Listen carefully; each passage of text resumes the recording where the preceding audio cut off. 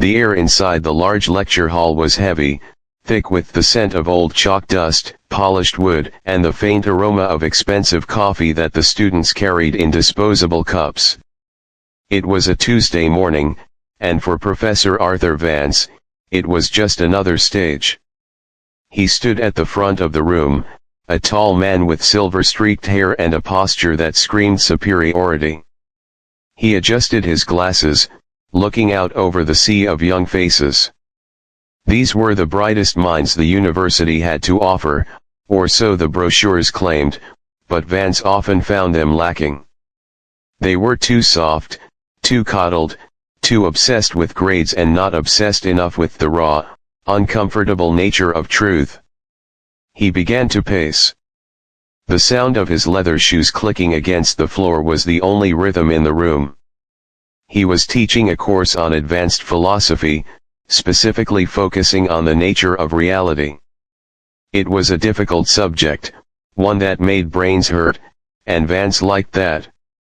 He enjoyed seeing the confused looks on the front row. It made him feel sharp, powerful, like a surgeon cutting through ignorance. Reality, Vance announced, his voice booming slightly in the quiet room, is not a warm blanket. It is not something you can shape to fit your feelings. Reality is cold. It is hard. And most importantly, it is reserved for those who have the mental discipline to perceive it. He stopped pacing and turned to write a complex quote on the blackboard, the chalk scratching aggressively. The students in the first 3 rows sat up straighter, their pens flying across their notebooks, terrified of missing a single word. They wanted to be him. They wanted that air of untouchable intelligence. But further back, in the shadows near the exit door, the atmosphere was different.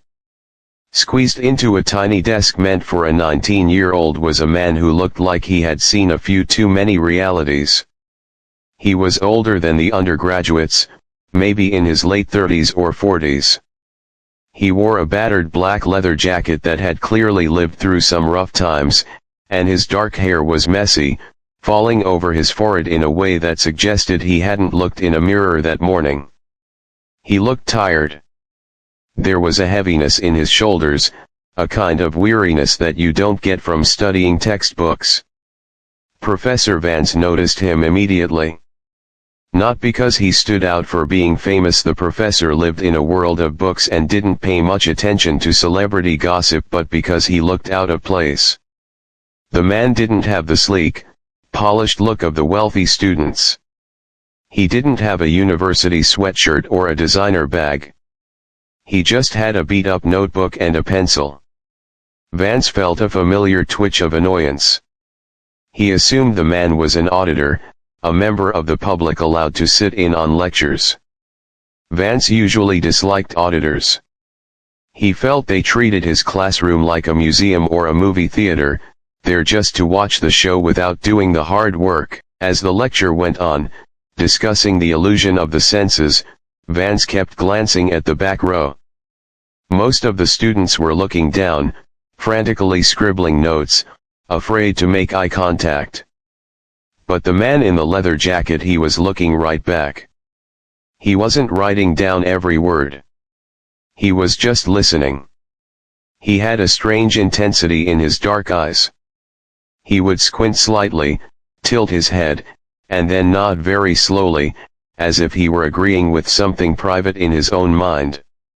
He looked like he was actually thinking, really thinking, in a way that the stressed-out students weren't. It annoyed Vance. It felt arrogant. Who was this guy to sit there, looking scruffy and disheveled, acting like he understood the complexities of the universe better than the students who had paid thousands of dollars to be there? A student in the front row raised a hand to ask a question. It was a smart question, technical and full of the jargon Vance loved. He answered it with a smile, enjoying the academic back and forth. But then, he saw a movement in the back. The man in the leather jacket raised his hand. It wasn't a tentative raise. It was calm. Confident. The room went silent. The other students turned in their seats to stare. You could feel the judgment in the air. They saw the worn clothes, the unpolished look, and they dismissed him. They wondered why a stranger was interrupting their elite class. Vance walked down the steps of the lecture hall, moving slowly. He wanted to make his point clear before he even let the man speak. He stopped just a few rows away from the back, looking down his nose at the seated figure. "I see we have a guest who wishes to contribute," Vance said, his voice dripping with a sarcasm that wasn't quite hidden. "You are not on my roster, sir. This is a closed seminar for enrolled students only." The man looked up. He didn't seem offended by the tone. He just looked sincere. "I know," he said quietly. His voice was raspy, a little rough. "I'm sorry. I'm just sitting in. But I was thinking about what you said regarding perception. And I had a thought." Vance let out a small, dismissive sigh. He turned to the rest of the class. "You see, this is the problem with the modern world. Everyone thinks their thoughts are valid contributions to a serious discourse. Philosophy isn't about just having a thought. It is about years of study. It is about rigor." He turned back to the man. "Please, share your thought. But do try to keep it simple. I wouldn't want to confuse the actual students here with street-level philosophy." A few nervous giggles escaped the front row. The man in the jacket didn't laugh. He didn't even blink. He just looked at the professor, his face completely open. He didn't seem to realize he was being mocked. Or maybe he did, and he just didn't care. "Well," the man started, rubbing his chin, "you talked about how we are trapped in our own minds, that we can never really know another person's reality. But isn't it possible that the connection between us, the feeling of being understood, isn't that the only reality that actually matters?" Vance stared at him. For a second, he was taken aback. It wasn't a stupid question. Actually, it was profound. But the way it was delivered so casually, without any fancy terms, irked Vance to his core. He couldn't let this scruffy stranger come in and drop wisdom like that. It undermined his authority. It made his complex lecture feel hollow. Vance let out a sharp, cold laugh. "Feeling of being understood," he repeated, mimicking the man's tone. "My dear man, this is not a therapy session. We are not here to hold hands and sing songs about connection. We are here to use logic. If you want to talk about feelings, I suggest you go down the hall to the psychology department, or perhaps a yoga studio." The class laughed louder this time, emboldened by the professor's cruelty. The man in the jacket just lowered his hand. He didn't argue. He didn't get angry. He simply nodded, as if he was accepting the critique. "Fair point," he said softly, and leaned back in his seat. Vance felt a rush of satisfaction. He had put him in his place. He turned back to the front of the room, smoothing his tie. "Now, let us return to the work of actual scholars," he announced to the room. He continued his lecture, speaking faster, trying to regain the flow he had lost. But the irritation lingered under his skin. He felt like there was a splinter in his mind. He kept glancing at the back of the room. The man wasn't taking notes anymore. He was just sitting there, staring at the floor, a sad expression on his face. Vance couldn't shake the feeling that he had missed something important. He had won the argument, or so he thought, but he felt strangely small. He didn't know that the quiet, humble man sitting in the cheap chair was a cultural icon, someone who had spent decades exploring the very nature of reality on screen, and someone who had likely faced more real tragedy in his life than Vance could ever imagine in his ivory tower. As the lecture droned on, the professor remained ignorant. He was a man who thought he knew everything about the world, yet he was completely blind to the person sitting right behind him. The stage was set for a collision between ego and humility, but for now, the professor just kept talking, filling the room with the sound of his own voice. The clock on the wall ticked loudly, counting down the final minutes of the lecture. The mood in the room had shifted. It wasn't just the usual boredom of students waiting for the bell, there was a crackle of tension in the air. The incident with the stranger in the back row had left a bad taste in everyone's mouth. Most students were looking down at their desks, afraid to make eye contact with the professor, worried they might be next on his target list. Professor Arthur Vance stood behind his podium, shuffling his papers aggressively. He was restless. The encounter had annoyed him more than he wanted to admit. He felt his authority had been challenged, not by a rival scholar, but by a wandering stranger who looked like he had just rolled out of bed. Vance needed to regain control. He needed to remind the room exactly who was in charge and who held the intellectual keys to the kingdom. He looked up, his gaze sweeping over the students like a spotlight. He cleared his throat, the sound sharp and jarring in the quiet room. "We have spoken about theory," Vance began, his voice low and dangerous. "We have spoken about history. But philosophy is useless unless you can apply it. Unless you can stare into the abyss of a difficult question and not blink." He stepped out from behind the podium, walking to the very edge of the stage.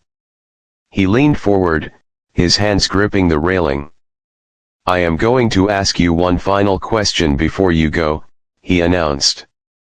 "This is not a test. This is a measure of your potential. If you can answer this, perhaps you have a future in this field. If not, well, perhaps you should reconsider your major." The students held their breath. This was Vance's famous gauntlet. He only did it when he felt the class was being lazy. He asked a question so layered, so complex, that it usually ended in silence. It was a trap, and they all knew it. "Tell me," Vance said, pacing slowly.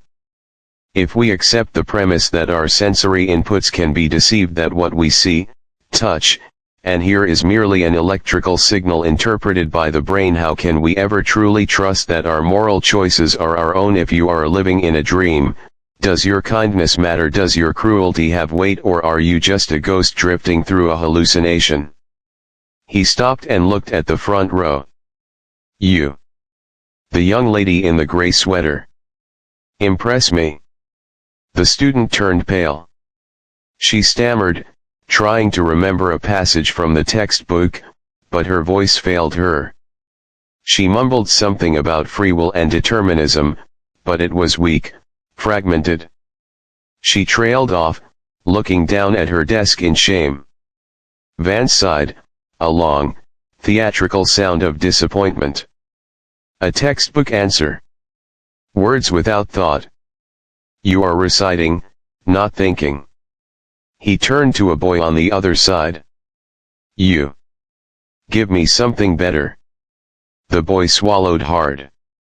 "Well, maybe it doesn't matter if it feels real, then it is real to us." "Sentimental nonsense," Vance snapped, cutting him off. "That is the answer of a child, not a philosopher. You are telling me that if I dream I am a king, I am a king. That is delusion." He continued down the line, picking off students one by one, rejecting their answers with increasing cruelty. He was enjoying it. He was tearing them apart to prove that he was the only one in the room who truly understood the darkness of the subject. The fear in the room was palpable. People were sinking lower in their seats, praying he wouldn't call on them. Then, Vance stopped pacing. He turned slowly toward the back of the hall. A single hand was raised in the air. It was the stranger. The man in the leather jacket. The room seemed to hold its collective breath. Everyone turned to look. The visitor wasn't smiling. He wasn't trying to show off. He just had his hand up, steady and calm. He looked like he had an answer he genuinely wanted to share, not because he wanted to win, but because he wanted to help. Vance narrowed his eyes. He saw an opportunity. If this man failed, it would prove once and for all that intellectualism was a discipline, not a game for amateurs. It would crush the strange confidence the man had shown earlier. "Ah," Vance said, a cruel smile playing on his lips. "The expert from the back row returns. Please, enlighten us. You seem to have all the answers. Tell us, does morality matter in a dream?" The man lowered his hand. He leaned forward, resting his elbows on his knees. He didn't use big words. He didn't try to sound like a textbook. He just spoke, his raspy voice carrying clearly through the silent room. "I think." The man started slowly, choosing his words carefully, "that the question isn't about the dream.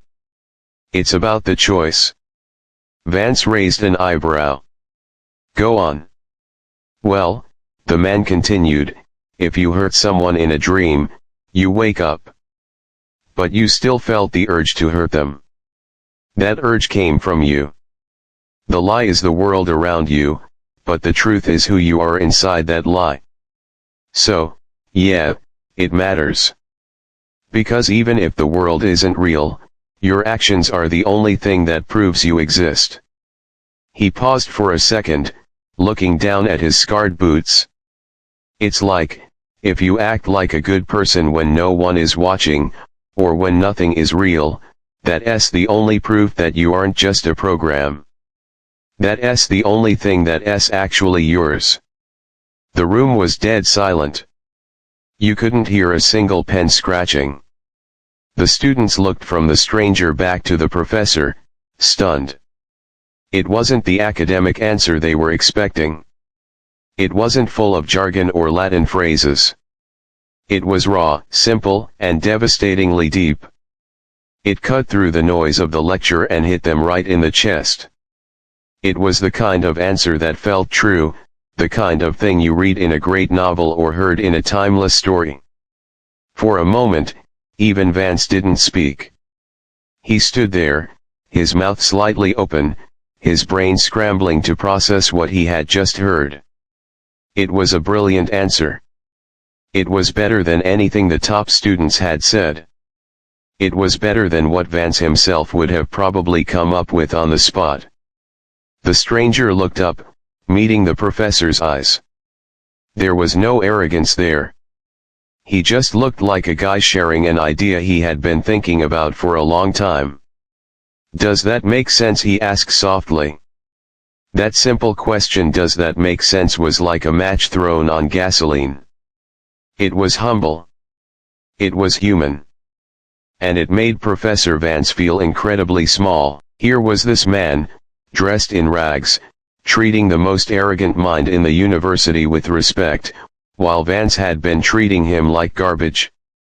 But that feeling of smallness quickly turned into something else, defensive anger.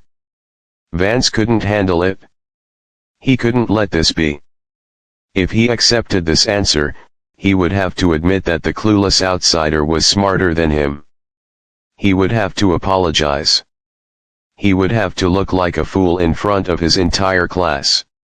His ego flared up like a shield. He wouldn't do it. He refused. Vance let out a loud, harsh laugh that shattered the quiet moment. He clapped his hands together once, the sound like a gunshot in the hall. "Poetic," Vance said, spitting the word out like it was poison. "Absolutely poetic. We are in a university, gentlemen and ladies, not a poetry slam at a coffee shop." He turned his back on the stranger, facing the blackboard, but he spoke loud enough for everyone to hear. "You see, this is exactly what I was warning you about." That answer, that was emotional. It was sentimental drivel. It sounded nice, sure. It sounded like something you'd hear in a Hollywood movie. But it has no structural integrity. It lacks logical framework. Vance spun around, pointing a finger at the man in the back. "You are confusing feelings with facts. That is the disease of the uneducated. You think because you feel it deeply, it must be true. But philosophy is a knife, sir. It is not a warm hug." The students looked confused. They looked down at their notes, wondering why the professor was so angry. They knew, deep down, that the stranger's answer was good. But they were too scared of Vance to say anything. The stranger didn't move. He didn't argue. He just looked at the professor with those sad, dark eyes.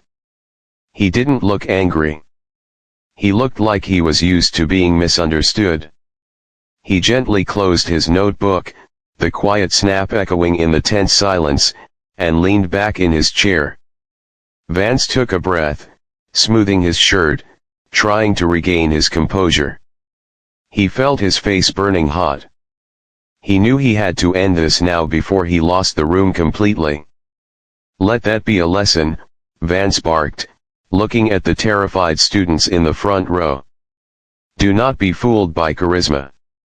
Do not be fooled by a nice voice. Stick to the logic. Stick to the books. Or else you will end up like him." He gestured vaguely to the back of the room.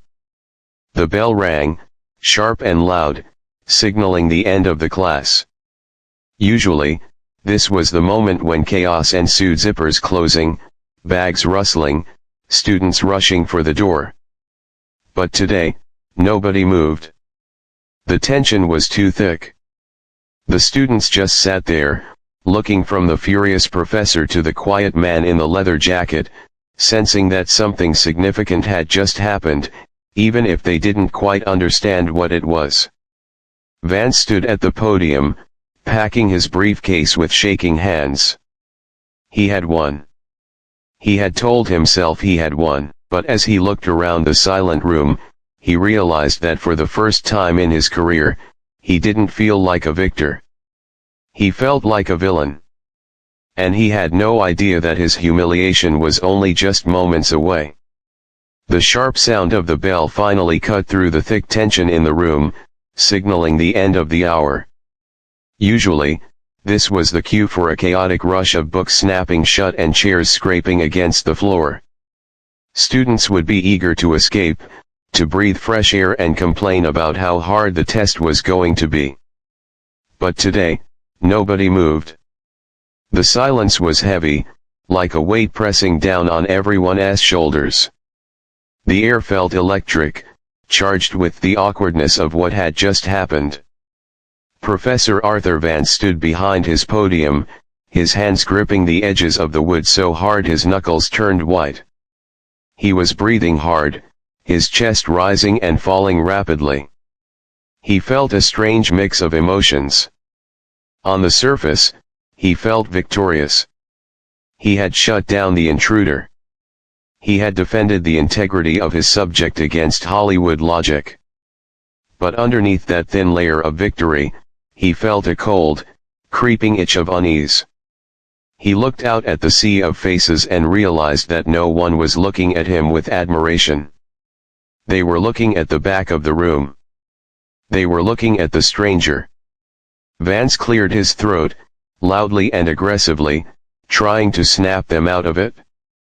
"Well," he barked. "The bell has rung. You are all dismissed. Unless you intend to stay here and stare at the walls all day." The sound of his voice broke the spell. The students began to stir, but slowly. They were confused. They had heard the stranger's answer. It had moved them. It had made sense in a way Vance's complex lectures rarely did. Seeing the professor tear into a man who was clearly trying to be kind made them feel uncomfortable. It felt like watching a grown man kick a puppy. It was ugly.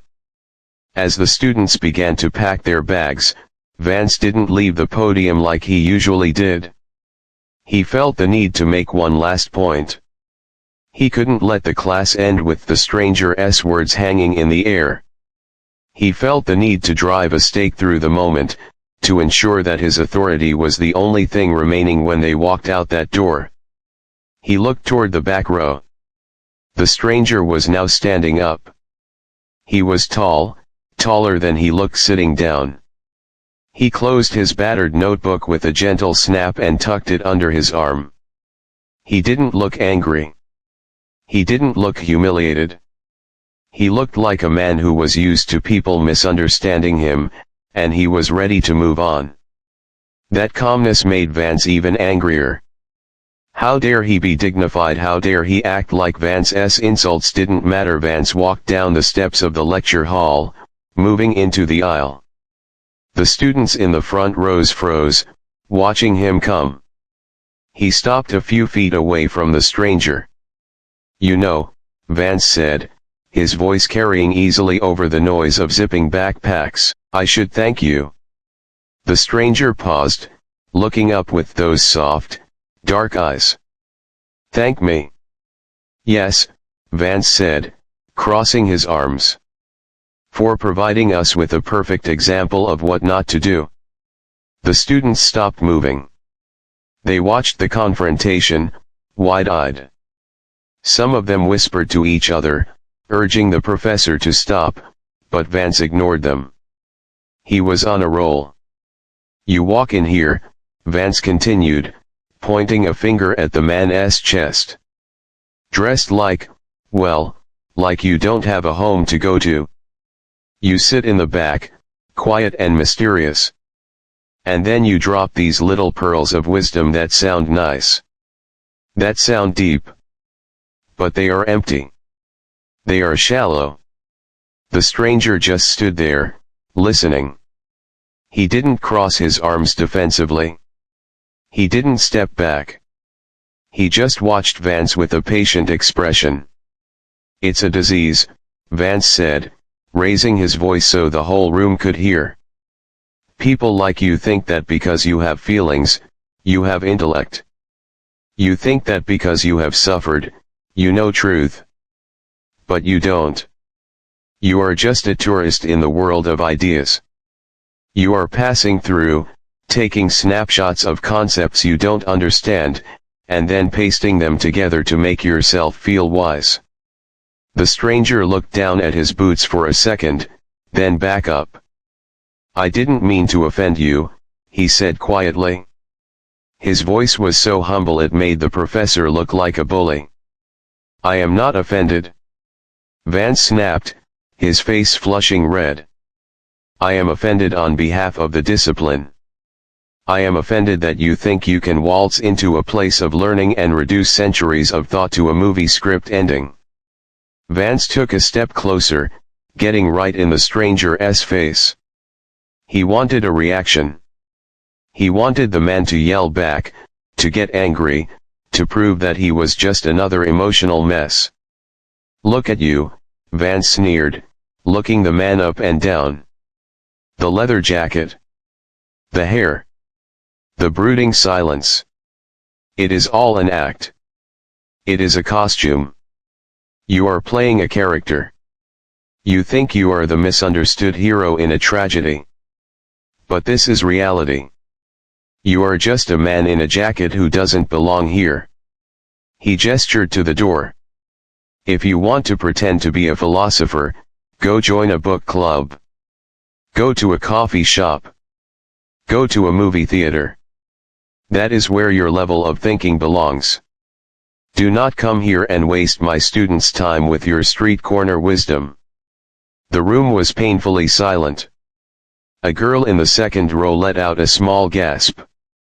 It was too much. It was cruel and unnecessary. Even the students who usually admired the professor's toughness were shifting in their seats, looking down at their phones, wanting to be anywhere else.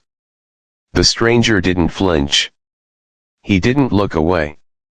He just looked at Vance with a gaze that was surprisingly sad. It was the kind of look you give a child throwing a tantrum, not out of fear, but out of pity. "I hear you," the stranger said softly. "I respect your passion.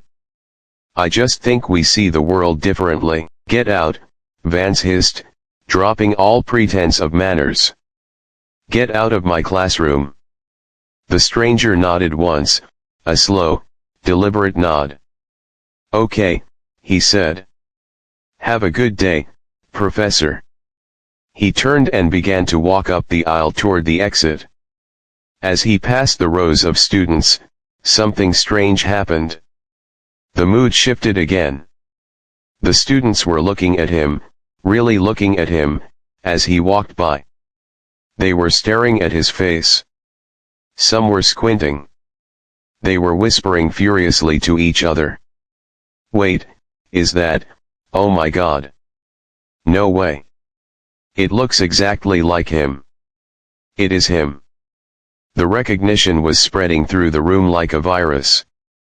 But Vance, standing with his back to the students, glaring at the stranger's retreating back, saw none of it. He was too busy enjoying his moment of triumph. He had kicked the imposter out. He had defended his castle. "Remember this lesson," Vance shouted at the students as the stranger reached the door. "Logic. Rigor. Truth. Not feelings. Not stories." The stranger pushed the heavy door open. The sunlight from the hallway spilled into the dark lecture hall, illuminating his silhouette for a brief second. He paused at the threshold, looking back into the room. But he wasn't looking at the professor. He was looking at the students. He gave a small, tired smile, a look that said, "Don't worry about him." Then, he was gone. The door swung shut behind him. Vance exhaled a long, shaky breath, wiping a bead of sweat from his forehead. He turned back to the class, expecting them to look impressed, or at least relieved that the disruption was over. Instead, he found them staring at him. And it wasn't a look of admiration. It was a look of shock. Of horror. Their mouths were slightly open. Their eyes were wide. They weren't looking at Vance anymore. They were all looking at the empty doorway, then back to Vance, as if they were realizing that they were in the presence of a fool. "What?" Vance snapped, his patience gone. "Why are you all standing there? The class is over. Go." A student in the front row, a young man who had been terrified of Vance all semester, found the courage to speak. He looked at the professor, his voice trembling slightly. "Professor," the student stammered. "Do you know who that was?" Vance scoffed, throwing his briefcase over his shoulder. "I don't care who he was. A drifter. An actor. A fool. It makes no difference." The student exchanged a look with the girl next to him. The entire room was vibrating with a secret energy that Vance was completely cut off from. "That was Keanu Reeves," the student whispered. Vance stopped. His hand froze on the handle of his briefcase. He frowned, his brain trying to process the words. The name sounded familiar, but he didn't watch movies. He didn't care for pop culture. "Who?" Vance asked, his voice lacking the confidence it had just seconds ago. "That was Keanu Reeves," another student said from the back row, louder this time. "The actor. The guy from The Matrix, the guy who plays John Wick." The murmurs exploded. "Oh my God, it totally was him. I can't believe he did that. He just took it, he was so nice about it." Vance stood frozen on the stage. The blood drained from his face. The name clicked. He had heard of the films. He knew the name. Everyone knew the name. A man who was practically a legend in the industry, a man known for being one of the kindest, most decent human beings in Hollywood, had just been in his class. And Vance had treated him like garbage. He felt a cold chill run down his spine. He looked at the empty door. The silence in the room was no longer heavy because of fear, it was heavy because of the professor's embarrassment. The students were no longer afraid of him. They were pitying him. Vance swallowed hard, his throat suddenly dry. He tried to speak, to regain control, to dismiss the name as if it didn't matter. But the words wouldn't come. He realized then, standing alone on the stage while 50 students stared at him with a mix of awe and pity, that he hadn't just insulted a random stranger. He had insulted a man who embodied the very concept of reality Vance had been preaching about, just in a different language. The professor picked up his briefcase, his movements stiff and robotic. He walked toward the door, the sea of students parting for him. But as he stepped into the hallway, he didn't feel like a king returning to his castle. He felt like the joke of the day. And the worst part was, he knew he deserved it. The heavy wooden door of the lecture hall clicked shut behind Professor Arthur Vance, but the silence he had tried to command did not follow him out. Instead, the corridor was filled with the chaotic energy of 50 students who had just witnessed the most unbelievable moment of their college lives. Vance walked quickly, his heels clicking against the polished linoleum floor. He kept his eyes fixed straight ahead, staring at a crack in the plaster wall as if it were the most interesting thing in the world. He could feel the blood pumping in his ears, a rhythmic thumping that drowned out the murmurs of the students filing out of the room behind him. He wanted to run. He wanted to sprint to his office, lock the door, and hide behind a stack of books. But he couldn't. He was a man of dignity. Or at least, that was what he told himself. Did you hear what he said to him? I can't believe he didn't know. It was literally Keanu Reeves. Total meltdown. The guy just stood there and took it. The whispers weren't whispers anymore. They were loud, excited hisses that bounced off the lockers. Vance winced. Every word felt like a tiny needle pricking his skin. He tightened his grip on his briefcase, his knuckles turning white. He tried to tell himself that it didn't matter. So what if the man was a movie star? Actors were paid to pretend to be smart. They memorized lines written by other people. In the world of pure intellect, an actor was a nobody. Vance was the one with the PhD. He was the one with the tenure. But as he turned the corner toward the faculty offices, the doubt began to creep in, cold and slimy. He remembered the look in the stranger's eyes. It hadn't been the look of a man who was pretending. It had been the look of a man who was genuinely thinking, genuinely feeling. And Vance had crushed him. He had treated a human being like dirt because of the clothes he wore. He pushed open the door to the faculty lounge, needing water. His throat felt like he had swallowed a handful of sand. The room was empty, thankfully. The smell of stale coffee and old microwaved lunches filled the air. Vance walked over to the sink and turned on the tap. He splashed cold water on his face, the shock of it making him gasp. He looked up at his reflection in the mirror above the sink. Water dripped from his nose and chin. His face was pale, his eyes wide and panicked. He didn't look like a superior intellectual titan. He looked like a bully. He looked like a small, insecure man who had just made a fool of himself in front of the whole world.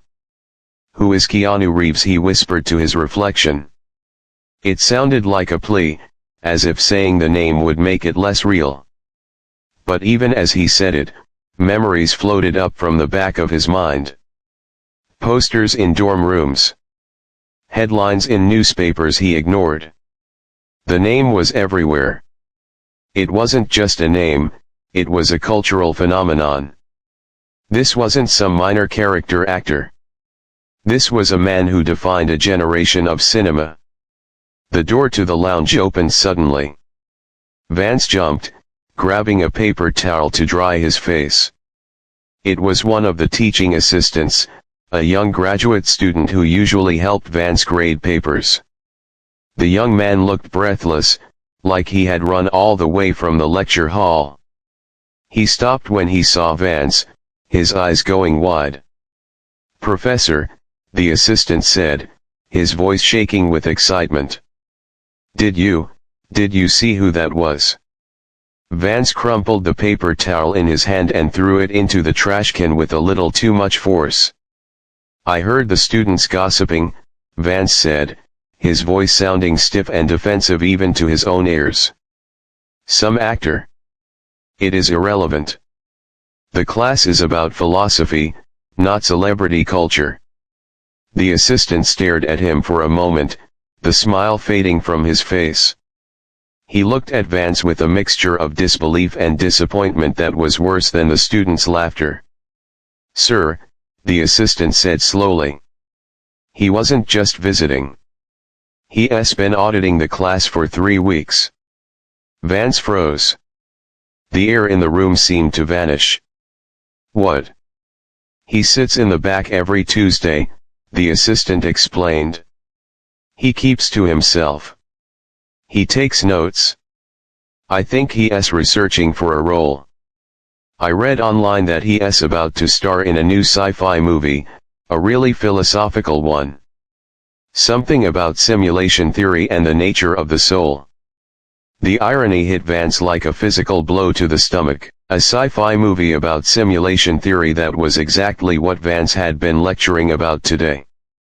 The stranger the actor hadn't been spouting street corner philosophy. He had been connecting the lecture to his actual work. He had been using the very concepts Vance was teaching to understand his own craft. He has been coming here for 3 weeks," Vance stammered. "And you didn't tell me." "I didn't think it mattered," the assistant said, shrinking back slightly. "He was just a student. He seemed to really respect the class. He told me last week that he loved the way you explained the concept of duality." Vance leaned back against the sink, his legs feeling weak. He had spent the last hour mocking a man who respected him. A man who was a professional storyteller, someone who spent his life exploring the human condition, had come to Vance to learn. And Vance had spat in his face. "Duality," Vance whispered. He remembered the man's answer about the dream and the choice. It wasn't just a movie quote, it was a profound insight into the duality of existence. The man had understood the material better than the professor had given him credit for. He had understood it on a level that was visceral, not just academic. "He asked me after class last week if you had any extra reading recommendations," the assistant added quietly. "He wanted to know more about existentialism." Vance closed his eyes. He felt sick. He imagined the famous actor, exhausted after a long day of filming, coming to this university to sit on a hard wooden chair just to learn something new. To feed his mind. And Vance had treated him like a tramp. He had mocked his clothes, his voice, his intelligence. He was just trying to learn, Vance said, mostly to himself. The arrogance that had fueled him in the classroom was completely gone, leaving behind a hollow, aching pit in his stomach. "Are you okay, Professor?" the assistant asked. Vance opened his eyes. He looked at the young man, who represented the future of the field that Vance loved so much. He realized that by being cruel to Keanu Reeves, he had failed this young man too. He had shown him that intellect was a weapon to be used on the weak, rather than a light to be shared. "I am fine," Vance lied, straightening his jacket. I need a moment." The assistant nodded awkwardly and backed out of the room, closing the door softly. Vance stood alone in the faculty lounge again. The silence was back, but now it was deafening. He walked over to the window and looked out at the campus below. Students were walking to their next classes, laughing, talking, living their lives. Somewhere out there, amidst the crowds, was Keanu Reeves? Walking away. Probably feeling hurt, probably feeling foolish, but holding his head high with a dignity that Vance couldn't even comprehend. Vance thought about the nature of reality, his favorite subject. He had spent his life defining reality as something objective, something measurable, but standing there, looking at his own pale reflection in the window glass, he realized that reality was also perspective. To his students, he was no longer the brilliant Professor Vance. He was the villain in a story they would tell for the rest of their lives. The villain, he muttered. The role fit him better than the hero ever had. He realized that he could apologize. He could run out into the hallway, find the man, and say he was sorry. He could explain that he was tired, that he was stressed, that he didn't know. But the excuse sounded pathetic even before he spoke it aloud. If the man had been a janitor, or a homeless person, would it have been okay to mock him? No. The fact that the man was famous only made the insult public. It didn't make the sin of the cruelty any worse. The sin was the cruelty itself. Vance had spent 30 years teaching people how to think. But today, sitting alone in a sterile room with a drying paper towel in his hand, he realized he had forgotten how to feel. He had forgotten that the most important philosophy isn't written in books or debated in lecture halls. It is written in how we treat the stranger sitting in the back of the room. He had failed the test. And for the first time in his life, there was no textbook he could read to fix it. The silence in the faculty lounge had become unbearable. The air felt stale, recycled one too many times by the air conditioning unit. Professor Arthur Vance could no longer hide in the bathroom or stare at his reflection in the mirror. He had to leave. He had to walk out of the building and face whatever reality awaited him outside those double doors. He gathered his briefcase, his hand trembling slightly as he clicked the locks shut. He felt like a man walking to the gallows, or perhaps worse, a man walking onto a stage where he had forgotten all his lines. He stepped out into the hallway. The building was mostly empty now, the rush of class change having passed. The echoes of the students' whispers still seemed to linger in the air, mocking him from the shadows. It was Keanu Reeves? Did you hear what he said? The words danced in his head, making him wince with every step he took. He adjusted his tie, trying to find some semblance of his old, armor-plated dignity, but it felt loose and crooked, like everything else about him today. As he approached the main exit of the building, he could see through the glass doors that the weather had turned. The sky was a heavy, slate gray, and a light drizzle was falling, blurring the campus into a watercolor painting of concrete and grass. It was a miserable day, fitting perfectly for his mood. He pushed the heavy metal bar on the door and stepped out into the cool, damp air. The parking lot was busy with students running to their cars, umbrellas popping open like colorful mushrooms. Vance hunched his shoulders, turning up the collar of his coat, trying to make himself as small and invisible as possible. He just wanted to get to his car, go home, and forget this day ever happened. He wanted to crawl into a book and never come out. But then, as he reached the edge of the sidewalk, he stopped. Standing under the shelter of the building's portico, just a few yards away, was the man from the lecture hall. He was looking out at the rain, his hands deep in the pockets of that battered leather jacket. He wasn't wearing a disguise. He wasn't surrounded by bodyguards or screaming fans. He was just standing there, watching the water hit the pavement, looking as real and human as anyone else. Up close, even from a distance, the resemblance was undeniable. It was the jawline, the way he stood with a slight stoop in his shoulders, the quiet energy that seemed to surround him. Vance felt his feet root to the concrete. His heart began to hammer against his ribs, a loud, frantic rhythm that drowned out the sound of the rain. This was it. The moment of judgment.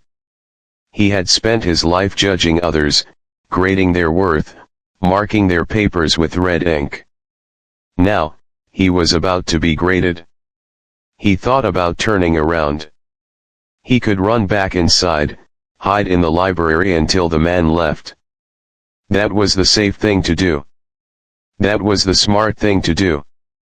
But his pride, the very thing that had caused this mess, wouldn't let him move. He stood frozen, staring at the back of the movie star's head, waiting for the inevitable confrontation. He expected the man to turn around and yell. He expected a scene. He expected cameras to pop out from the bushes, exposing him as the cruel professor who mocked a national treasure. He prepared his defenses in his mind. I was doing my job. I didn't know. Philosophy requires rigor. But then, the man turned. He didn't look angry. He didn't look like he was plotting revenge. He just looked at Vance, his dark eyes calm and clear. He looked like a man who had seen everything life had to offer, both the good and the bad, and had decided not to take any of it too seriously. For a second, they just looked at each other. The distance between them felt vast, an ocean of misunderstanding. Vance felt the urge to speak, to apologize, to say something, anything to bridge the gap. He opened his mouth, his throat dry. Vance started, his voice cracking pathetically. I just wanted to. He trailed off. What could he say? I'm sorry I called you a drifter, I'm sorry I insulted your intelligence, I'm sorry I was a bully. None of the words seemed big enough. The famous actor watched him struggle. He didn't smirk. He didn't look superior. He just waited, giving Vance the space to try to explain. In that moment of patience, Vance felt a wave of shame wash over him so strong it nearly brought him to his knees. The actor was giving him the respect that Vance had refused to give him in the classroom. Vance closed his mouth. He realized that an apology now, spoken out of fear and humiliation, would be just another noise. It wouldn't mean anything. The moment for words had passed inside the lecture hall. He had made his choice, and this was the result. The actor seemed to understand. He gave a small, almost imperceptible nod.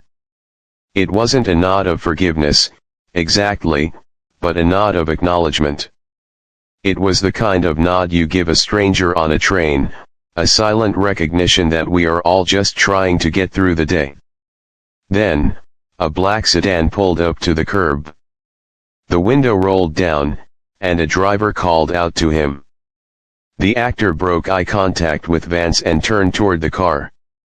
He opened the back door, but before he got in, he paused. He looked back over his shoulder one last time. He offered a small, tired smile. It was a genuine smile, the kind that reached the eyes. It wasn't a smile of victory. It was a smile that said, "It's okay. We're all just human." Then, he slid into the car and closed the door. The vehicle pulled away from the curb, merging into the stream of traffic, and was gone. Professor Vance stood alone on the sidewalk. The rain was starting to come down harder now, spotting his glasses with cold droplets. He didn't move for a long time. He watched the spot where the car had disappeared, the red tail lights fading into the gray distance. Around him, students hurried past, complaining about the weather, laughing, living their loud, chaotic lives? Vance felt strangely detached from it all. The world hadn't stopped spinning because he made a mistake. The university hadn't crumbled because he was cruel. Life just went on. He thought about the lecture he had given. He thought about the nature of reality, about how we are all trapped in our own heads, interpreting the world through our own biases. He had spent years trying to teach students to break out of that trap, to see the world as it truly is. And today, he had failed completely. He had seen a costume instead of a person. He had seen a stereotype instead of a soul. He had been the one living in a dream where he was the main character and everyone else was just an extra. Vance reached up and took off his glasses. He wiped the rain away with his handkerchief, looking at the blurred world for a moment before putting them back on. Things were clearer now, but they were different. The sharp edges of his arrogance had been smoothed off. He turned and began to walk toward his car, his step a little slower than before. He didn't feel like the king of the campus anymore. He didn't feel like a genius. He felt small, and for the first time in a long time, he realized that maybe being small wasn't such a bad thing. It left more room for everyone else. He got into his car and sat in the driver's seat, staring at the steering wheel. He knew he would have to go back to class on Tuesday. He knew he would have to face those students. He would have to find a way to be a better teacher, not just a smarter one. As he turned the key in the ignition, the engine humming to life, he made a silent promise to himself. He promised that the next time a stranger walked into his classroom, no matter what they were wearing or how they spoke, he would listen. He would really listen. Because sometimes, the person you think is a ghost in the machine is the only one who knows what's real.